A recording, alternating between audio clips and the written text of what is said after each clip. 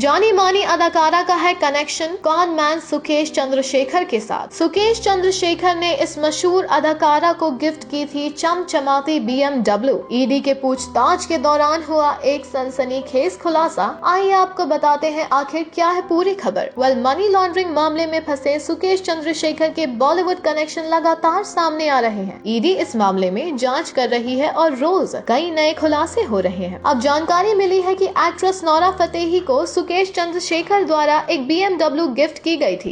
आपको बता दें, जब 14 अक्टूबर को ईडी ने नोरा से पूछताछ की थी तभी इस गिफ्ट के बारे में जानकारी मिली। ऐसे में उस दिन जब गिफ्ट का जिक्र किया गया तो नोरा को सुकेश के सामने बिठाया गया था और फिर सवाल पूछे गए थे। रिपोर्टेडली पूछताछ में नोरा ने बताया कि साल 2020 में वो एक इवेंट में गई थी। उस इवेंट में उन्हें सुकेश की पत्नी और एक्ट्रेस लीना पॉल ने बुलाया था। ये इवेंट चेन्नई में हुआ था। अब ईडी को शक है कि सुकेश ने नोरा फतेही को जो गाड़ी गिफ्ट की थी उसके पैसे वसूली रैकेट के जरिए कमाए गए थे। ये वही पैसे थे जो उसने बिजनेसमैन की पत्नी से ब्लैकमेल करके वसूले थे। ऐसे में ईडी अब उस गिफ्ट को लेकर भी जांच कर रही है और जिन पैसों से इसे खरीदा गया उस पर भी जांच हो रही है। वैसे नोरा के अलावा ईडी ने जैकलीन फर्नांडिस से भी पूछताछ कर रखी है। तब बताया गया था कि सुकेश पहचान बदल कर जैकलीन से बात किया करता था। अब इस मामले में दोनों जैकलीन और नोरा अपने आप को पीड़ित बता रही हैं।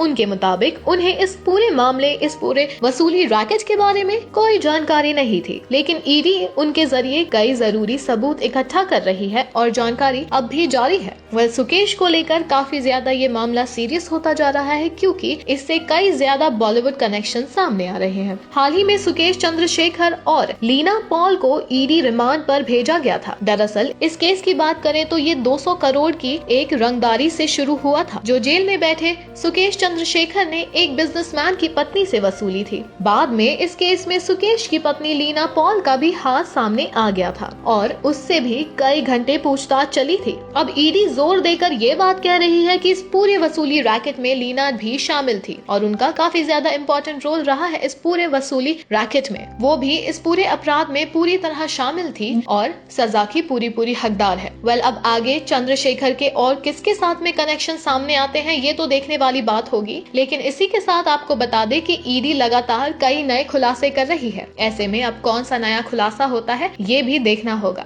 लेकिन फिलहाल आपके क्या रिएक्शंस हैं नोरा फतेही का इस मनी लॉन्ड्रिंग केस में कनेक्शन को लेकर हमें कमेंट सेक्शन में जरूर बताइए। ऑल्सो अपने पसंदीदा कलाकारों और सितारों से जुड़ी हर जानकारी और अपडेट पाने के लिए बने रहें टेली चक्कर के साथ।